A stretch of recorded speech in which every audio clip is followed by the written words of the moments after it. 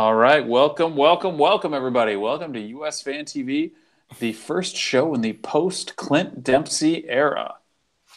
TJ, were you expecting to see Clint Dempsey retire in like the middle of a season? Did not see that one coming, Chris. Not going to lie about it. I know you didn't. I know Pat didn't. We're all kind of like going, wait, what? He retired? Yeah, when Pat texted me that morning, I was like, what? He did what? What are you talking about? Why? I mean, I get it based on kind of, how he's been the last few years, his heart problem. There wasn't much need for him to continue at the international level. So it makes sense. But it's also like, it just seemed to come out of the blue. Yeah, He could at least, I mean, if it had happened maybe a few weeks ago, maybe something could have changed for Seattle in terms of a transfer or something. But to be kind of at the end of the transfer window and things too, where there's not really a chance for a replacement, why wouldn't you just stay on and, retire in November? well, was he featuring at all for Seattle? Was he out hurt at that point? I wasn't follow. I don't. Not gonna lie. I don't follow the Seattle Sounders. I really just don't care. Yeah. So, I mean, if he wasn't I don't featuring, think he's really featuring, but at the same time, he's still Clint Dempsey. I get it. yeah. Clint Dempsey, even for 20, 30 minutes for an MLS game, is still better than 90%. Even, Clint Dempsey at 40% is probably still better than half the league, even at this age. But like I said, I don't know if he was already out hurt or if there's something along those lines that added to it where he just decided, you know what, this hurts. I'm done. With the heart condition, everything else, I'm just done. I mean, it's the only thing I can think of. And I think somewhere referees' notebooks all around the world have breathed a sigh of relief. Yeah. Yeah, most definitely. Yeah, notably, Pat and I were in attendance in 2005 at Dempsey's first goal, 2-1 loss to England at Soldier Field. So we saw his first goal for the U.S. I can't remember now which one was his last, but I don't think I was there for it. I'm trying to think. I've forgotten the games I was at last year, so um, I'd have to go look at my list. But yeah, it's an impressive resume and a strong end to an end to a strong career. Yeah, and then of course Twitter, because there's no such thing as something that goes undebated on Twitter.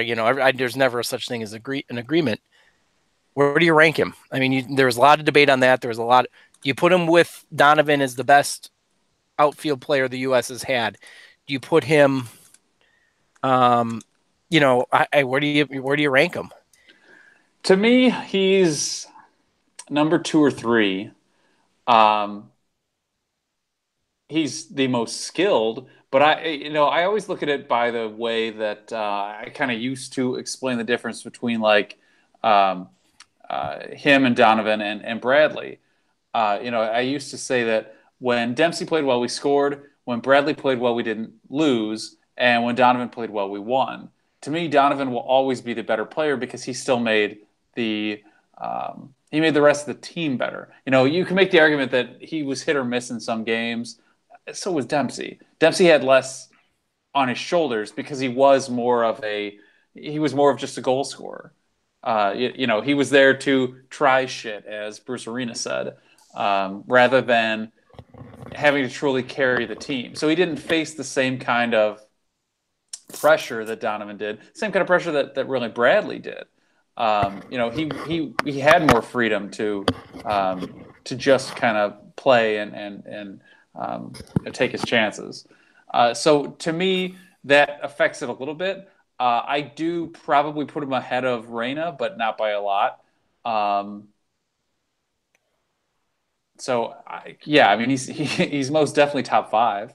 I I guess with Dempsey, I would put him as probably the most individually at this point creative. Yeah, yeah, yeah. Oh, I would totally agree there. I mean, like you said, he can pull a goal out of nowhere, and when it felt like he could create on his own better than anybody could, but there were a lot of stretches where Dempsey would disappear, and I don't know if that was necessarily not somebody just not getting him the ball in the spaces he needed to or where he expected it.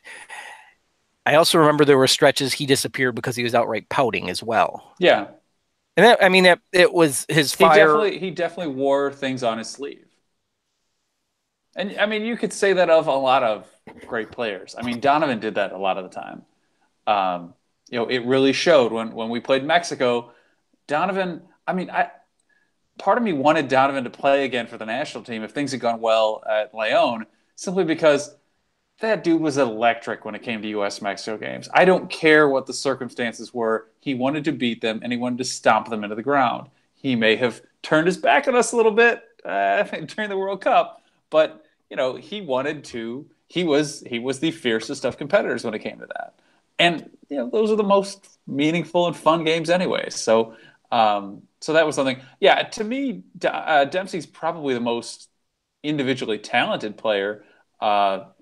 Short of what we're probably seeing from Christian Pulisic, but he wasn't the most complete player, and that's why I still give an edge to Donovan and probably Bradley too.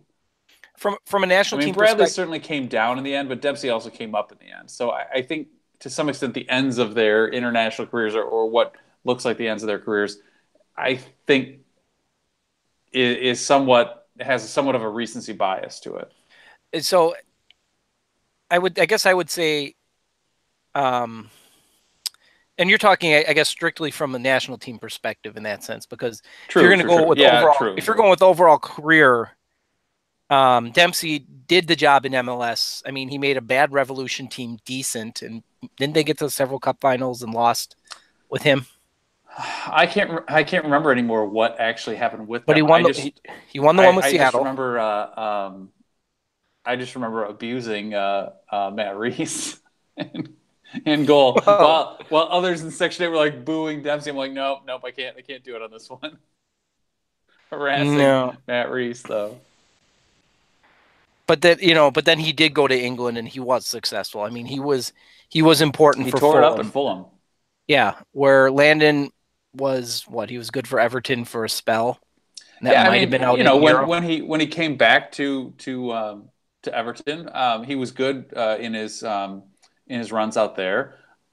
He was, I think you could say, decent at Leverkusen. It was really just the Bayern thing and then his bailing on Leverkusen at such a young age that I think kind of spoiled Europe for him. The Everton thing really stood out and did, I think, help change his reputation as well.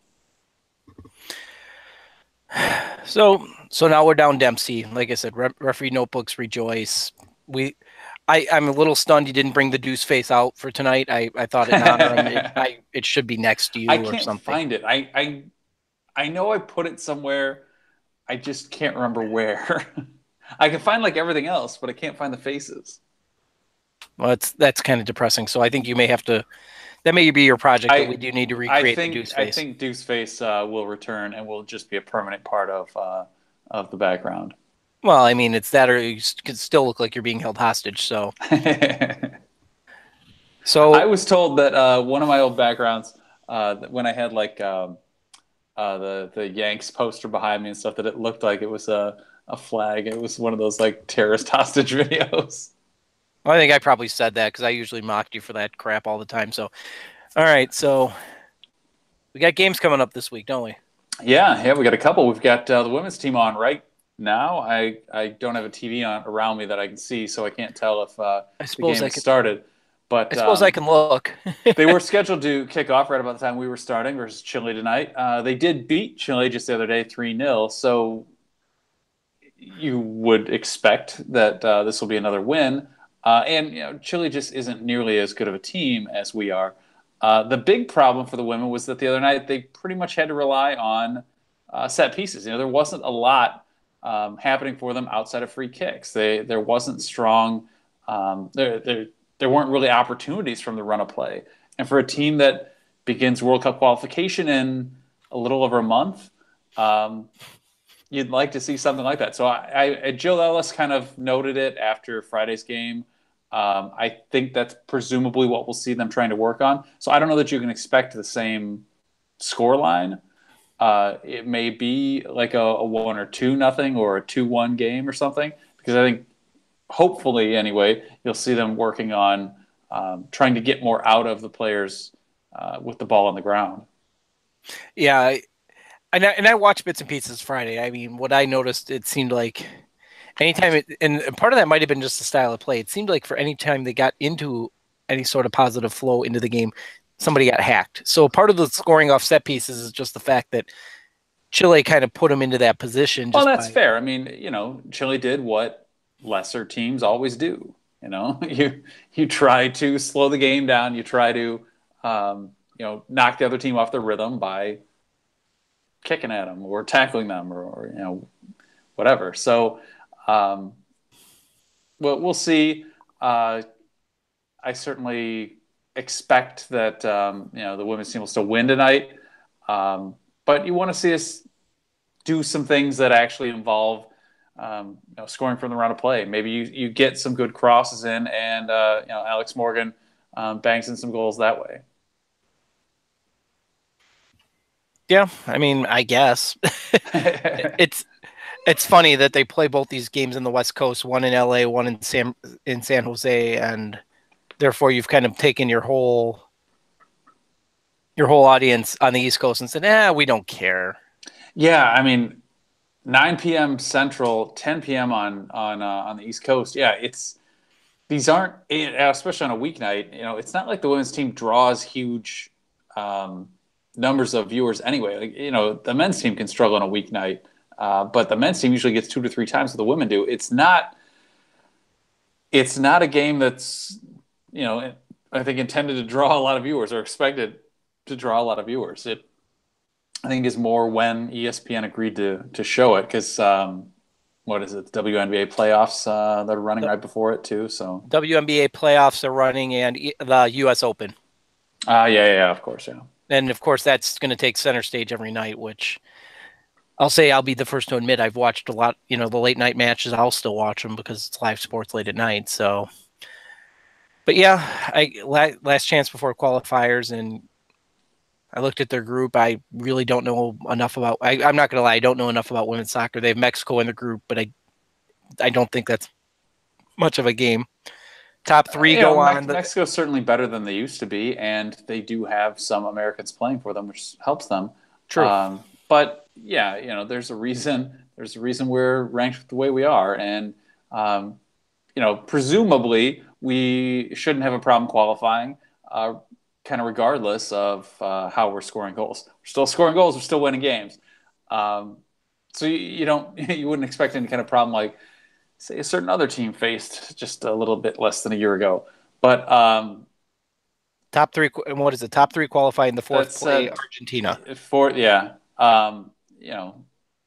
When you qualify on home soil and you are the best team and there aren't many competitors, we shouldn't be too worried about their qualification. But we're a team that should be a favorite to win the World Cup next year. You want to see some things getting better. Sure, and they to me they seem kind of stagnant right now, and I don't know if that's just because you're in the in the later stages of the NWSL season, so players are getting tired or whatever, or just taking the time off to get ready for for the qualifiers.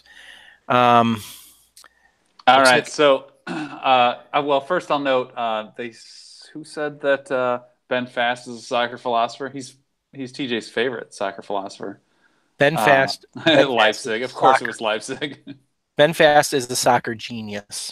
There is nobody who understands soccer, not even Tinfoil Ted, who understands it as well as Ben Fast. And his largely just unbelievable way of reading soccer economics and telling everybody how that would work. And if you were to follow everything and listen to him and Donald Trump, you would have everything going, and it would be the perfect soccer society, and everybody would be making money hand. Oh, never mind. Let's move on. Moving on. As many of you guys have already commented in the comments, the U.S. also, the men now, play Brazil Friday night. And Brazil's bringing a real team. They've got Neymar, Coutinho, and Firmino, God, a number of other guys all in the lineup, but those three alone kind of scare you a little bit. Um, I don't know what to expect. I mean, on the one hand, they're not going to come out and try to steamroll us, you would think, because these guys all have seasons to worry about. That said, it's still Brazil. This is a team that could actually play some Yoga Benito. I don't know what to expect. I mean, I as we'll get into kind of our potential starting 11. I am fully assuming we're going to go with a defensive setup.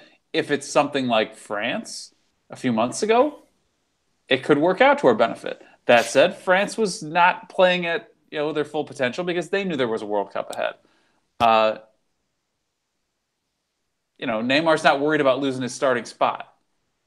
Coutinho, I guess he might be a little bit worried about what happens if he gets hurt on a team like Barcelona, but Firmino doesn't really have to worry about it. And they're all good enough that maybe they could pass their way out of things. We're not going to break Neymar's back or something. So prediction, I guess we'll get to that in a minute. I don't know. Thoughts on the starting 11? I'm curious. I'm curious to go see how Dave Sargent plays it. I think it's going to be Zach Steffen. I mean, I think that's a given. But I'm curious about the center backs. Will he put in John Brooks with Miazga, or is he going to stick with what's been working over the summer? And that's, he's got a good pairing. Do you keep rolling that pairing out, or do you go with the one who's arguably better and more suited for this type of game in John Brooks? I guess I can't call him John Anthony Brooks anymore, correct?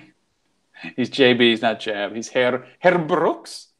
Yeah, I mean, as I was looking at it, it's tough to say whether it'll be like a 5-3-2-1 or something like that. Wait, did I just say too many? I just said too many. A 5-3-1. Did I? No, 5-3-2 is fine. That's 10. Yeah, I was saying I said it wrong after that. I don't think we're going to go with two up top. We did it against France. We did 5 in the back. We did 2 up top. Now, granted, the way they kind of dropped back, that still ended up being almost more of a 5-4-1. 5-4-1 or 3. You almost get 6 across the midfield. Something. Yeah. 6 across the midfield, and I could see where you maybe stuff 5 back there, and you go like Yedlin and Robinson on the wings, and then you've got Miazga, Brooks, and Carter Vickers in the center. I could also see where, and part of me kind of hopes we go with it, just 4 and see what the hell happens. And if you got to drop somebody in, that's what you do. But I mean, you go like a 4-5-1 or something. But realistically, it'll still be defensive, but I would say realistically, if you're playing 5 across the back, especially the 5 you mentioned with Robinson and Yedlin out wide, realistically that switches to a 4-4-2 or 4-4-1-1 really, really quick. Yeah. Because that outside back on the other side, you hope escapes and starts the counterattack.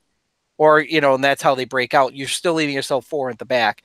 And that's why I've always said, anytime you're talking about a 3-5-2 or a 5-3-2, they're the same formation. It's those wing backs, and it's just where are they positioned at that point? Are they being held back, or are they able to get forward?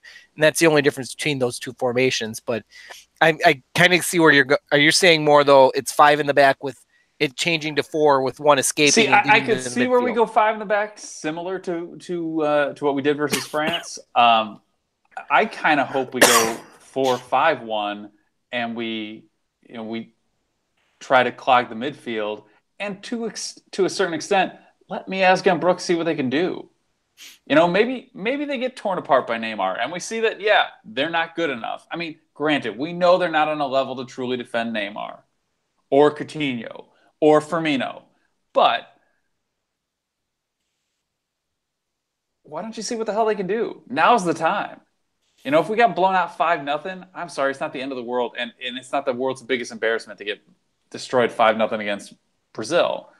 I think we'd probably fare better than the 4-0 against Argentina in the Copa America. Maybe it's 3-0. Maybe it's 4-0 again. But I tend to think we do better than we did against Argentina in the Copa America. I just want to see what these guys can do. I don't want to just pack it in and just try to stop them. I want to see, do we have some opportunities to actually hold on to the ball a little bit? Do we have some opportunities to actually try and affect the game from the midfield? And I mean, I'm still saying whatever. I'll let you talk. Well, I think you're on the right path. Let's see what happens. Let's see what there is to see. I see Ozzy saying Sarachen's going for results. No, he's not. If he was going for results, he'd have Altidore, he'd have Bradley. Would have brought in. He would have brought in some of the guys that are more state. He's not. I think he's out there with the same mindset you have. Let's see what happens. If we lose a game here, this game is irrelevant in every sense of the word, except to see what the skill level and how this team is coming together.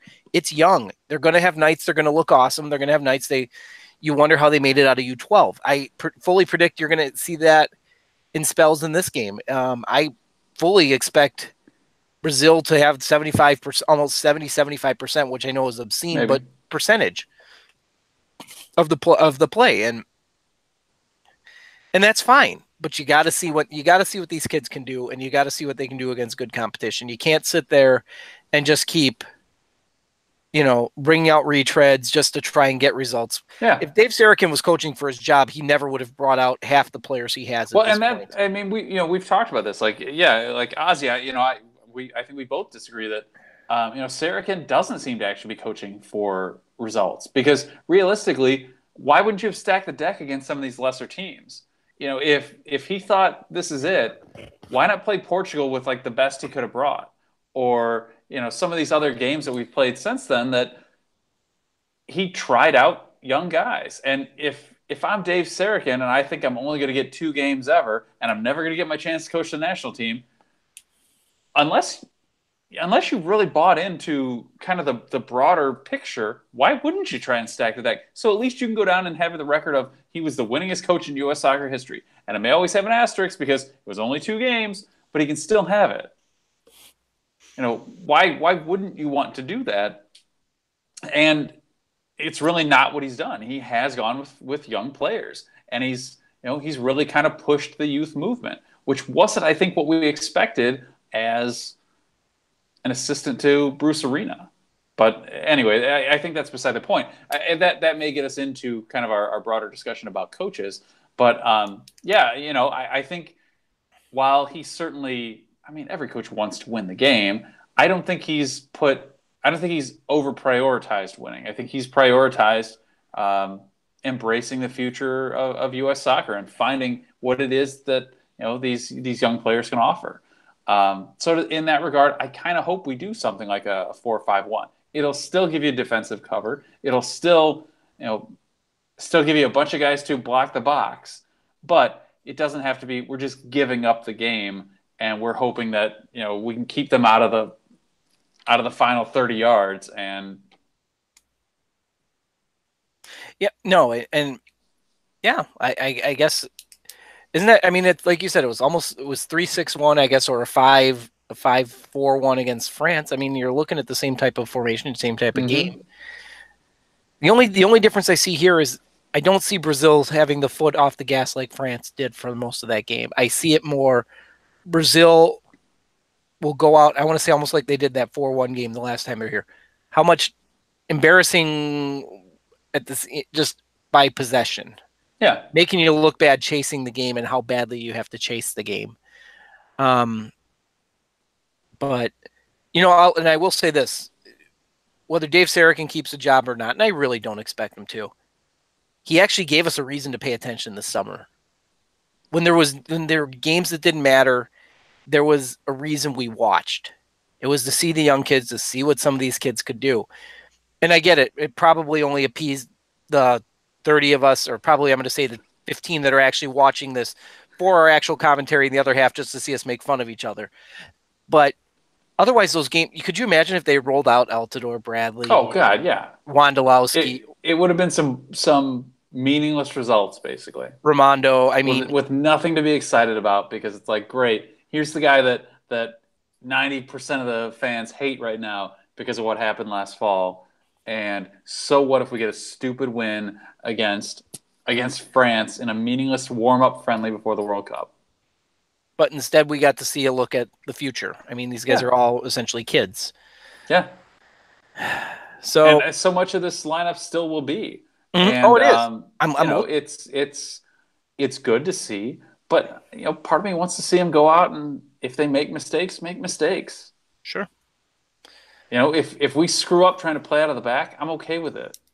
Let's hope it's better than Petr Cech trying to play out of the back, but There's you that. know, but you know, if we do something stupid and we get punished for it because we're playing three of the better offensive 10 to 15 best offensive players in the world right now, hey, okay, I'll take my chance. Now's the time to do it because hey, you know, what happens if we try and do that next summer when suddenly we're in a Gold Cup and yeah, the competition isn't as good, but it's something that we want to win. It's something that means something to our ranking. It's something that in theory means something to our confederation. So there's much more on the line then. Olympic you've mentioned Olympic qualifiers coming up. Yeah. I mean, are they doing the CONCACAF Cup of Nations thingy or whatever That is supposed to happen. next year When does it start? Next fall, next October, I think. after the Gold Cup? I think that's right. Okay, now I know I've looked into it, but I can't remember what the dates are now. remind me of that one because maybe at some point we'll talk about the European one, which starts this week, which Yeah. I'm genuinely excited about. But we'll come back to that. And looking at the lineup, okay, when we last talked, we were still kind of guessing at who he would bring into camp. Obviously, the easy We surprise did pretty is well. you did real well. Zardes and the Zardes touch seemed like a little bit of a shock. Did not expect that, except that, and again, I haven't watched. Got I haven't the Zardes touch. I haven't watched a lot of Columbus Crew. Why? Because I really just don't care. I apologize to any Crew fans, but I don't care right now. I watched The Fire. That's about it. But apparently, Zardes has looked improved for Columbus. Yeah. And if that's the case, good for him. Then he deserves that call back in. I see good Julian back again. I suppose he scored again. Didn't he score against France? Wasn't it him? Is he the one who had it? I can't even remember now. I think it had to be Julian. I think it does. Yeah, it seems like it was. So, but other than that, I'm looking through it, and I guess Areola's might be a surprise. Seeing Leggett back in there, I like that. I like that Leggett is finally healthy and can play again. I would like to, if he's, truly at international form again, I'd like to see him out there. I liked when he was playing for us. I like that he's a little bit of an arrogant prick. I wish we had a little bit more of that in some of our players. We'll get to the Pulisic thing in a little bit. I think somebody was already asking about it. Even if I'll give a little bit of my feelings about it right now. Even if it is Pulisic being kind of an arrogant prick right now, going like, I don't need to play in these games. I'm above that. I'm okay with that. And if they had a problem with it, I think there would be more to it. I think the federation is, and it's probably specifically in this case, Sarek and Ernie Stewart are looking at it going, if Dortmund wants him healthier, that's fine. There's enough guys. There's enough guys. I think they want to get a look at in these situations. They don't need to see what they have with Pulisic. My feeling is he's essentially a veteran at this point, so we don't need him in this case. Like, it's cool. We do want to get the band together one of these days so we can really see what all of our first choice players look like. But we still don't have a coach. Why does it matter if our best player comes into these games? Because all it really gives us is a chance for him to get hurt and then sit out for his club season where, one, he makes most of his money, and two, we need him playing so he's in form to play when it matters. So I really don't care if he misses some friendlies right now. I'm sorry, but aside from Donovan, who in a sense, because he was in MLS, padded his stats, for the most part, our best players aren't there regularly. It's the guys who come back to MLS and are continually available or regularly available to fill in, or because hey, it's a game in the U.S. and you're nearby, it's a whole lot easier to get you here than it is somebody in Germany or England. You end up getting a call up when somebody else gets hurt. There are lots of guys who, our best players don't necessarily play in every friendly. And what do I care if he's missed a few? And on top of it, come on, it's so early in his career. Yeah, tell me about it when he starts missing games of some kind of relevance where it's like, yeah, I don't want to play against TNT because they can't even stop their field from flooding. Okay, then yeah, I'll start to be like, all right, maybe he's a little bit of a prima donna here and needs to be taken down a peg. But for the time being, when I you would much rather he focuses on staying healthy in Germany and staying in his coach's regular starting playing plans. I You get know, I think for Pulisic, I think Pulisic has what you watch enough baseball, you watch the Major League All-Star game. I think Pulisic has one of those injuries right now. If it were a game that mattered yeah. in the Bundesliga, he'd be Oh, they fine. pretty well said. They said if this was the World Cup or something, he'd go. But for And something like this, you're not going to risk hurting it more when who cares? no, and Maybe he gets a goal against Brazil and it looks all cool. Maybe we get a draw against Brazil instead of a loss. I doubt him showing up would suddenly turn us into winners outside of maybe like the 2009 Confederations Cup, where, yeah, we were shockingly above them at halftime, and then we promptly blew it 10 minutes into the second half. But, maybe with a couple more guys like him out there, we have a little more talent to fend off some of Brazil's coming wave, and that game ends a little bit differently. I, Uh, I this I'm isn't that game, so it doesn't no. matter. Ozzy, I think the first time you're going to see Adams, McKinney, and Pulisic together, if they're released to be the Olympic qualifiers, but those they have to be released for. That's not the FIFA calendar, unfortunately. I'm kind of hoping the European one's in November. I'm just saying. But I think realistically, Especially England in November. Just saying. you're going to the game? I'm Oh going to hell the no. game. Oh hell no.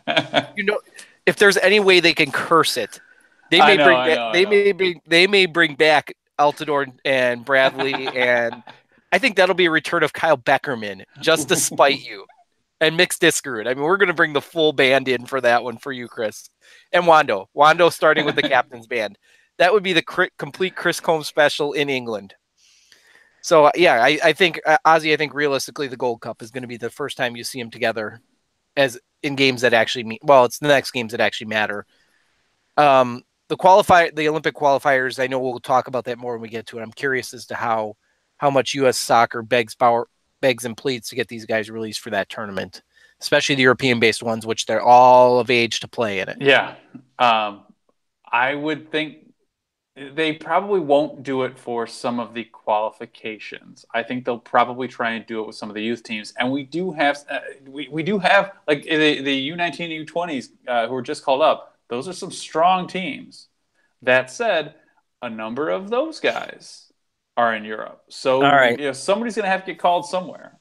Nope. Alex has got it. Freddie Adu, Wando, and DeMarcus. Well, DeMarcus Beasley and his Walker will be out there still. I still think he makes another World Cup team just because DMB, why the hell not? DMB.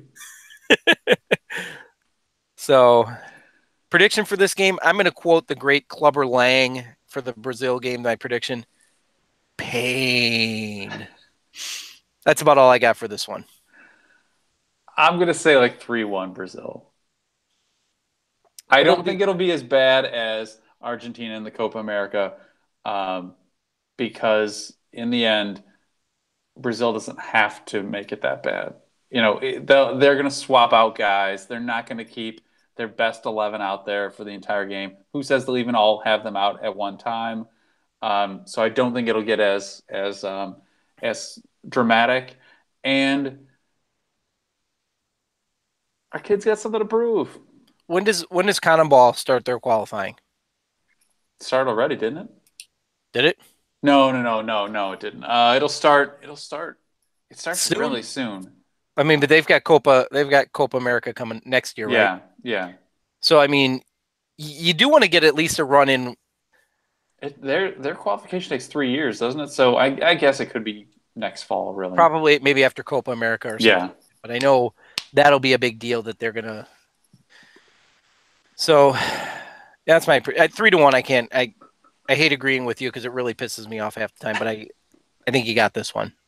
So all right, what else?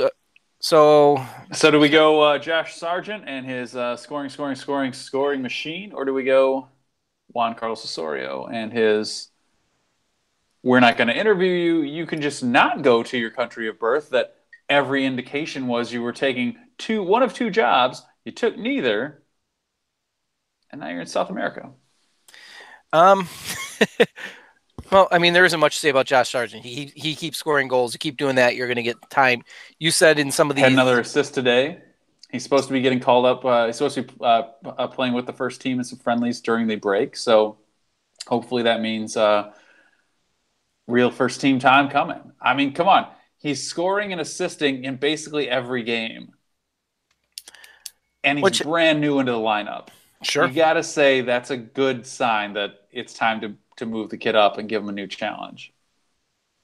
It's only a few games, I know, but at this age, a few games is you want to see the signs of something bigger, and then you give these guys a new challenge, and I think he deserves a new challenge. Well, I think he sold his soul, obviously, that he didn't have to begin with. So to get to where he is, and no, I think I agree. The quicker he gets moved up and the quicker he's involved, the better. And, but whatever, just as long as he keeps scoring goals. We talked about it last time. Should he have been called in? But when I looked at the 3 forwards they did bring in, I can't argue with any of them.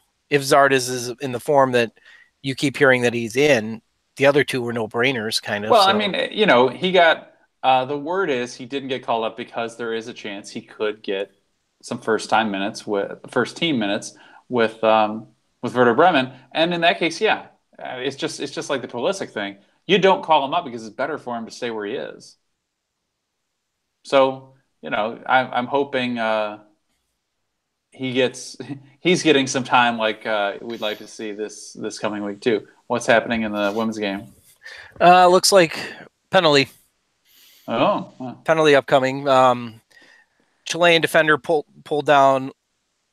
I don't even know. I think it was Malpew, and it was one of those you looked at, and she's like looking, what me? And it's like, you got her arm hooked. I'm not really sure how you're going to get out of that. Whether the forward did this, hooked it as well and held on and. Probably, but you still had to get the arm hook to begin with. So 13, that's Morgan, right? Yes. And saved. Oh. And rebound in the goal. All right, well. With Mallory Pugh. So Mallory in the scrum in the front of the goal, she headed it in. So 1-0 United States. All right, go minute. US. Yay. All right, let's move on. So Juan Carlos Osorio. Yeah. You seem a little butthurt about this. See, it's not the fact that he took another job that bothers me, because I wasn't absolutely sold on him as US coach. To me, what is bothersome is that we admit no one spoke to him. He was never interviewed. Now, I don't care if we, decided we didn't want him. That's fine. I don't care if he decided to take another job. That's fine. Like I said, I wasn't sold on him being the coach, but to not interview him, to me, that's just foolish. I don't care if we were just waiting for Ernie Stewart to get into the job. Couldn't someone have talked to him behind the scenes or before maybe Stewart officially joined? Ernie Stewart has done this job he did it in Holland. He's done it with Philadelphia. And now he's doing it for the U.S. national team. If he wanted to have the conversation with Juan Carlos Osorio, he'd have it. I'm guessing he either chose not to, or Osorio, through his representatives, told U.S. Soccer, don't bother. I'm not interested. This doesn't happen in a vacuum. They don't sit there and go, oh, you're available? I'm sorry. We forgot. The rumor is that Ernie Stewart didn't, like, out of respect to the union, didn't want to uh, didn't want to like kind of take on the U.S. stuff before he joined. So he did not make moves. He didn't, kind of in the dark make calls um, ahead of time. So But that doesn't mean he didn't have somebody else doing that. sure, sure. There was a conversation. There was more than one conversation. This, like I said, this stuff doesn't happen. How long do you think it takes for Ernie Stewart to send a text message? Hey, Oh yeah. is Osorio interested? They find out Osorio. They call a friend of Osorio. Remember, Osorio still has friends here too. Mm-hmm. It's not hard to reach out to him and find out, hey, I'm just not interested. I want to go coach in South America. I mean, because I don't know though. we I always have heard trouble. Colombia. I I have mean, trouble believing like Colombia made sense. I have trouble believing that Paraguay was truly a better option to him than say the U.S. sure. I mean, I think I think Osorio's a fine coach, and I think he'll do well with Paraguay. I think there was enough conversations had between his representatives and the U.S. representatives that it was either one was not interested in some way, shape, or form. Either Ernie Stewart wasn't interested, or Osorio wasn't interested, or a combination of both. Osorio didn't want to have to wait around through the end of the MLS season to go through the interview process. That he wanted a job, he wanted it then. Because so Osorio signs with Paraguay. Didn't Colombia's coach just leave this week as well? Uh, I mean, we knew it was going to be open. Right. I thought.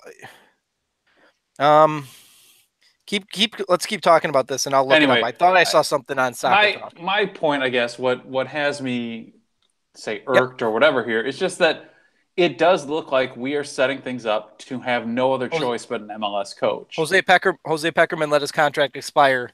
His deal ended last Friday, and he just chose not to renew it. So that literally, we knew it was probably going to open, but it officially didn't open until this week. And it sounds like Osorio didn't want to wait around for that either, because again, he could have probably had that job if he wanted it. So, yeah, I saw somebody in the chat box, and I'm sorry, I'm going to mention Berghalter.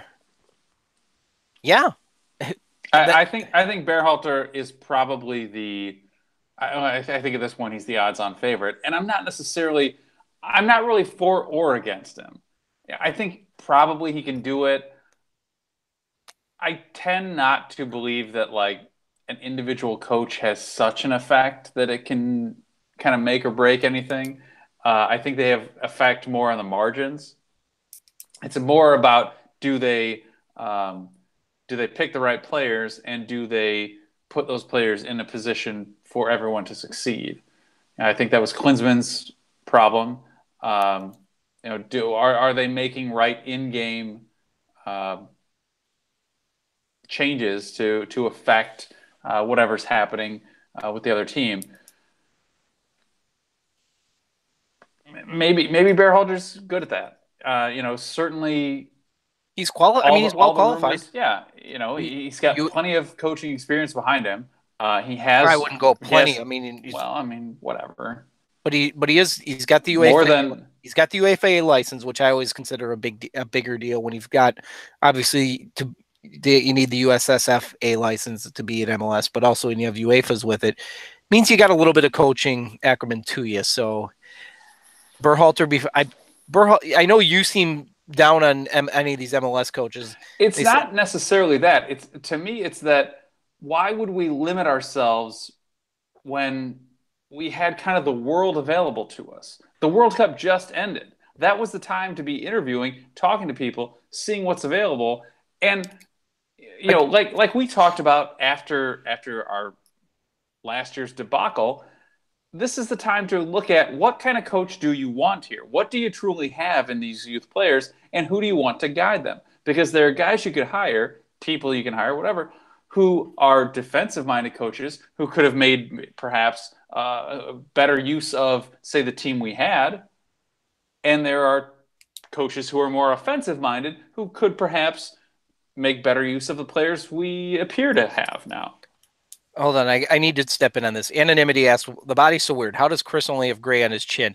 I could answer that. I don't. I could answer that anonymity, but there might be. I mean, we've got children that watch, and I really don't want to offend them. So we're just going to leave that one go for the time being. But It's all over my face. It's all over my head. I've been going gray for more than 20 years now.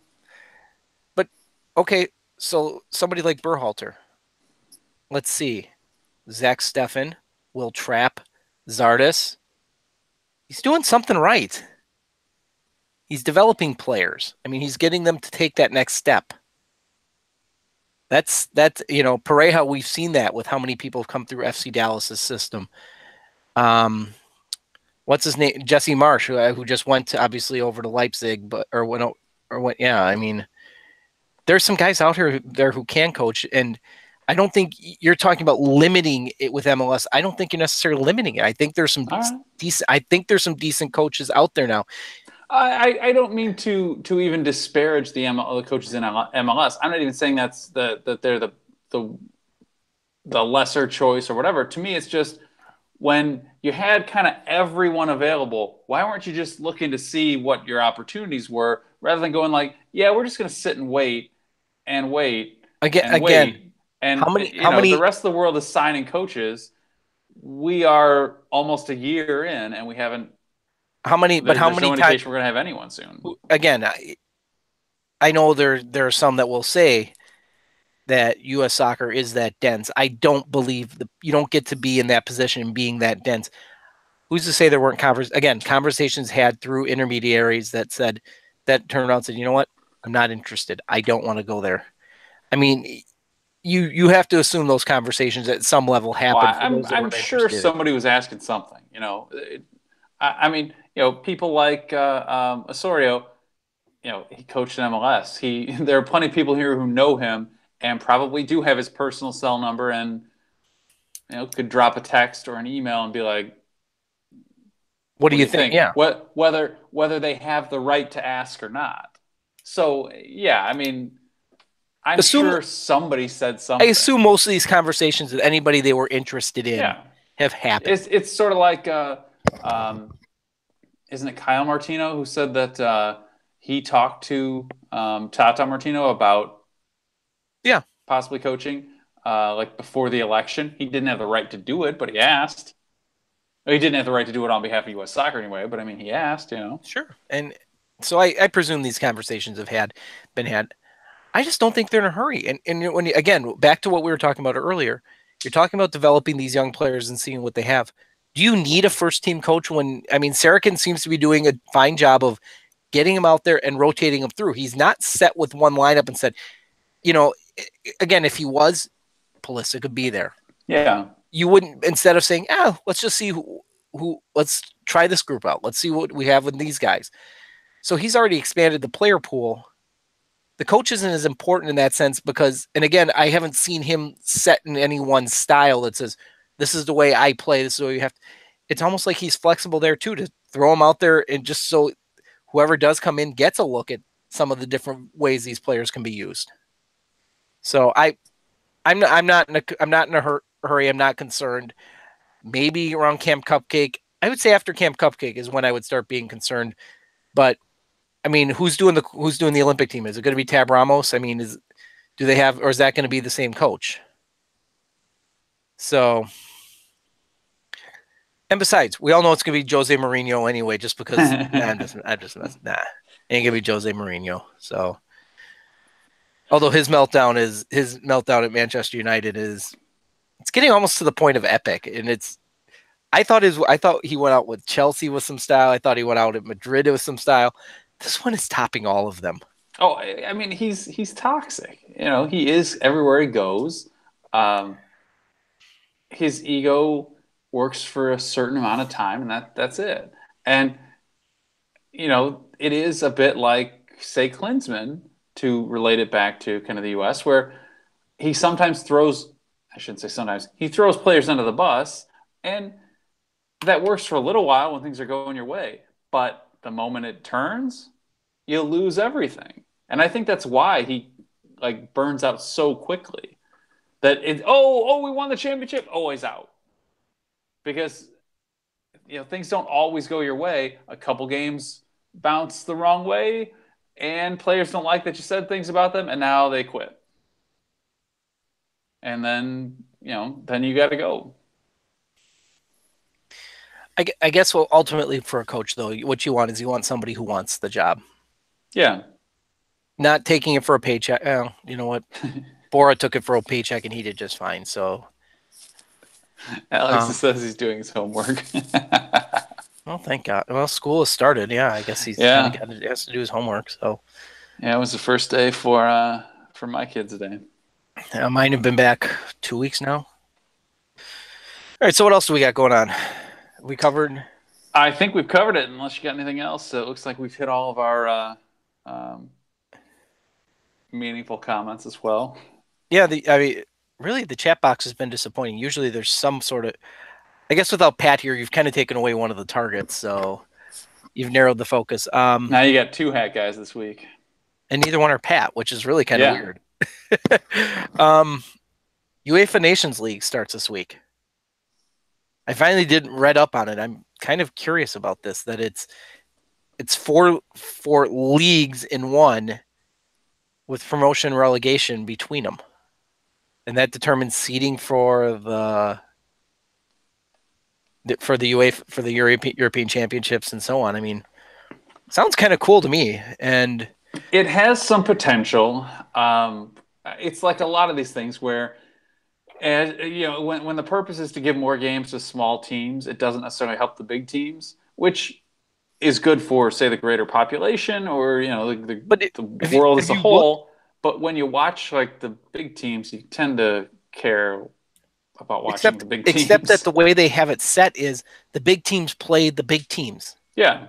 The minnows are playing the minnows. I mean, it's yeah, but at some point they got to all come together. Well, this is basically they're playing for seeding for the European champion. Tobin Heath just scored apparently. Oh, okay. I think I thought I could see her walking behind. Oh, it's halftime. So. It's 2-0 at the half. So okay, so I did see her walking behind you. I was just reading an old comment, I guess. Okay.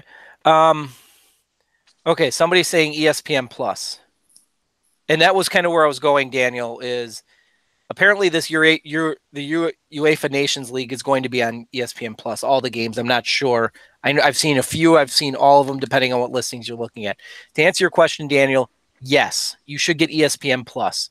It has Serie A, it has MLS, it has USL, it has Eredivisie. Is that what they call it? The Dutch league. I've seen some of them. Eredivisie. Divisie. Oh, who cares? Chinese Super League has been in there. There's like 10 different leagues that show up in there periodically.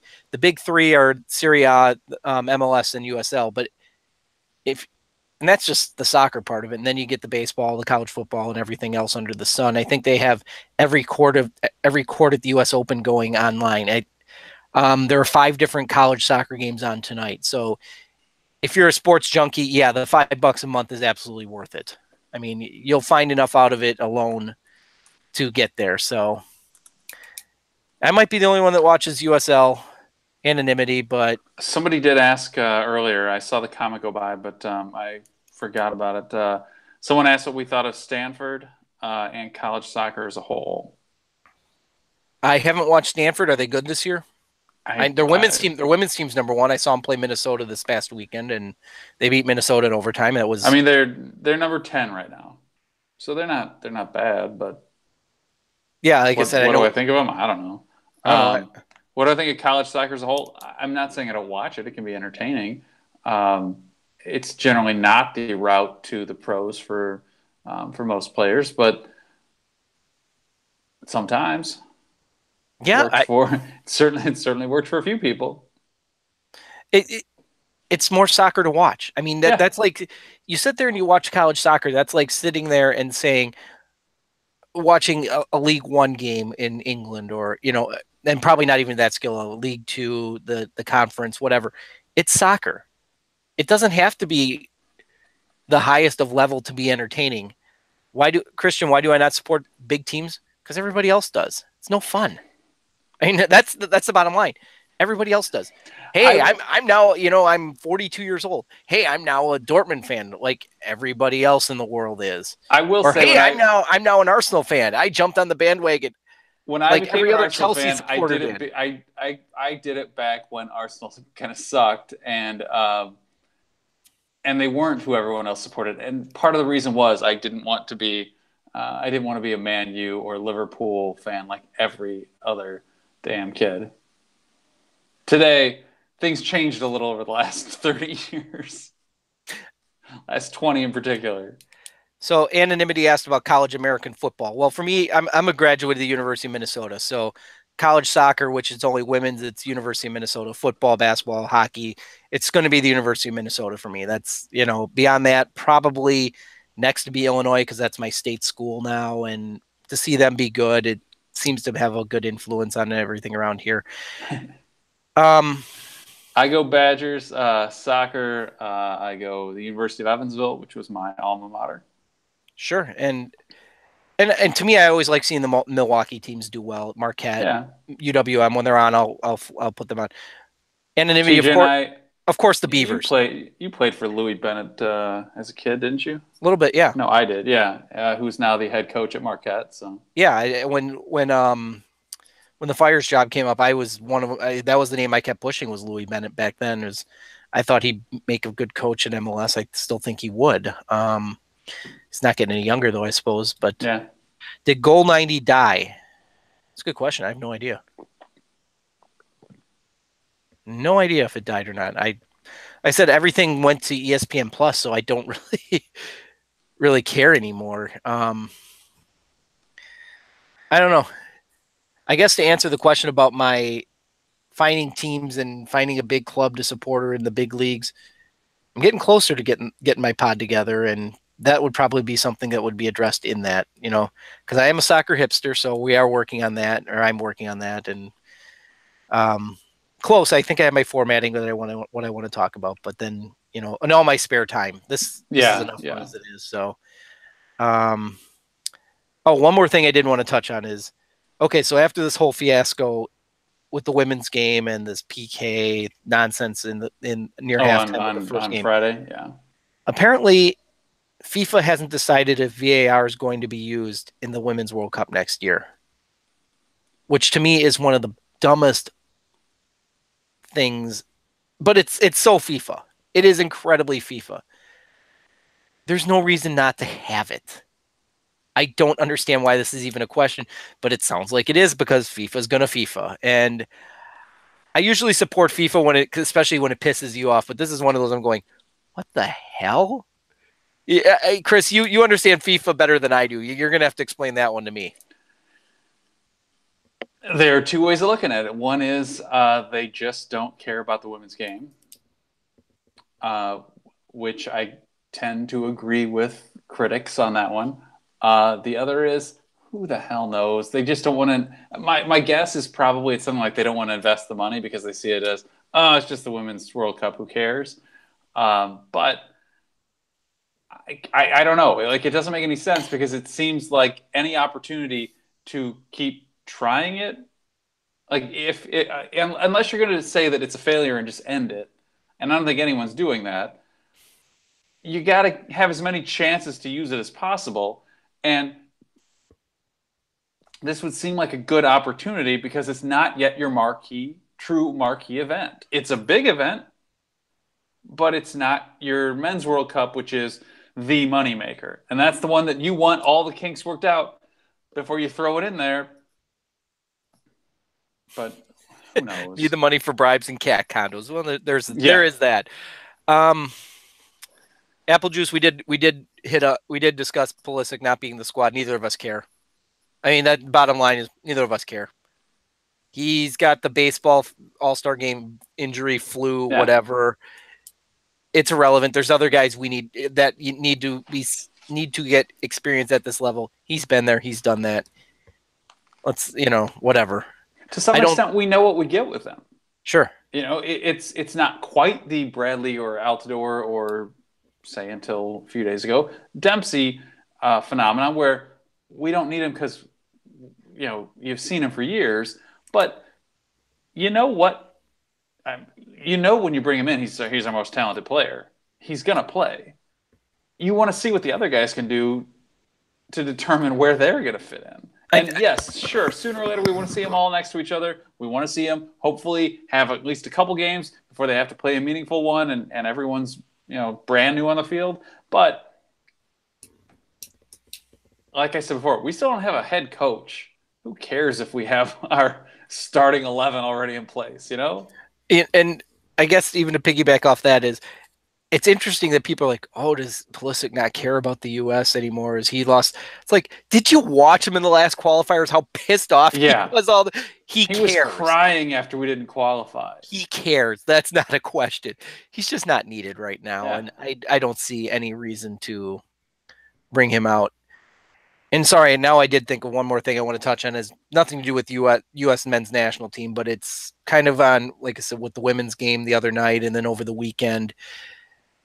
Some of the USL games, you're seeing a lot of it. People are questioning how bad the referees are, and um, you know, pro referees and so on and so forth. I mean, I guess I'm going to rant a little bit here because I've been a referee. I first got my license, 30 years ago. 30 years ago this year, February 29th, 1988. So I've had my license off and on for 30 years now. About 50% of the time off, but being a referee is not an easy thing to do. To put up with the crap, go to any kids game and watch the kind of crap you put these kids through, that parents put these kids through, that coaches who think they know more than what's going on. And I get it. You get some kids who don't care, but those that do, how many of them burned out because they just can't deal with the crap they have to deal with at the lower levels, much less, okay, what's next after that? You're doing men's games where you got a bunch of hacks and a bunch of crybabies, and so you have to deal with that level of crap too. And there's politics involved. Anybody who's been around refereeing more than a minute will tell you politics get involved in the sense of the assigners have their favorites. They have their friends. State Cup games, I'm not friends with the assigner, or I can't get the games I need to get assessed, and that kind of things. True story. I can remember, this goes back a few years, sitting and watching an assessor watch a game and doing an assessment, and he was worried about the angle of the referee's arm on a free kick as opposed to whether his positioning was good, which it wasn't, but in that kind of stuff. So the referees that are the pro referees are the best ones in this country and probably in Canada as well. And are they perfect? No. Canada. But if anybody who sits there and criticizes them religiously, go take a class, get a license, and go out and do some of these. Go do youth games for a year or two. You're going to find out the level of crap that goes with it and how hard that job actually is to do it well.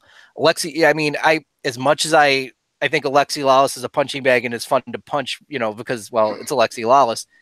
He did that. He went out and he became a referee. I mean, I give him credit for that. Like I said, you remember Mike Jacobs, the WTMJ TV guy, right, Mike or Chris? Yeah. He too was at a kids game and ripped a referee, and the ref's like, go get your license. He did. He did state cup games at one point. The lead anchor on WTMJ in Milwaukee was a state level referee at one point. And, so you learn about those things, but anybody who, like I said, if you're going to rip referees, go get a license and find out. It's not that easy. Go do youth games. You're going to get in over your head, and then you might have a little bit of understanding, much less being able to make split seconds decisions that most of them get right. That's the thing. We complain about the 1%, the 2%. They still get 90, 95% of it right. Maybe not Baltimore Toledo, who might get 50% right. But that said, they do a decent job, and I'm tired of seeing that kind of crap going on where it's like, oh, the referees are costing us games. Sometimes they make mistakes. Get over it. All right, I'm done. All right. On that note, we are USFanTV. You have found us, of course, by watching our YouTube channel, USFanTV. You can find us at USFanTV.com. You can find us on Instagram, USFanTV, Twitter, USFanTV. It's remarkable how many places you can find us at USFanTV. One place you cannot? Snapchat. Because fuck Snapchat. Well, what about Craigslist? Craigslist, maybe, if we're selling anything good. And on that note, thanks, everybody. We probably will do a post-game show on Friday. It sounds like Hat Guy will be unavailable. I don't know yet if I will be, so we'll see what happens. But we're roughly planning on having one post-game as usual. And we should, of course, have one on Tuesday after the Dos Cerdo. A return of U.S. Mexico. Maybe And Dempsey will come out of retirement one more time for that. well, Did you see the this, picture? Speaking of, sorry, one more Dempsey thought. The fact that when he took the PK, he had the two in one hand and a fist in the other. yeah, that's pretty funny. I I had had never heard never that, seen that before. but it kind of makes sense. So I we do need it. We need to end remember. on a I positive. do remember everyone wondering at the game if that was missed on purpose. He did. He doesn't miss that bad. Yeah, yeah. He did on purpose, especially when you're holding 2-0 like that in your hands. So, All all right. Well, right. thanks everybody. Wando We'll see rules. you. You're done. Yeah, you're done.